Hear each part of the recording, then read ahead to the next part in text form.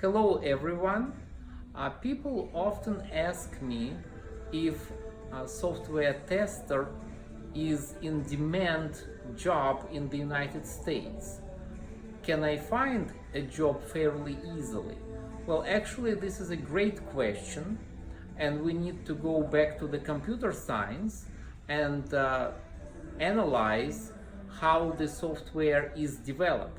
Actually, typical software development team consists of 5 developers, and computer science dictates that we have 1 to 2 testers per each developer.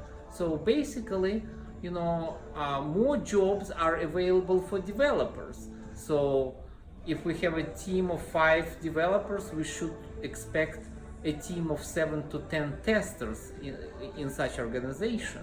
So you do the math yourself.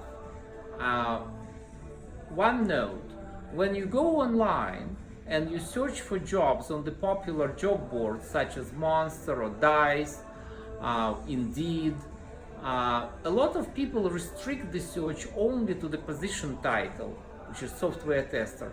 That is incorrect. Actually, you should broaden your search and search for quality assurance analyst, for SQA, for software testers, for testing analysts. There might be very different job titles, but the job is pretty much the same.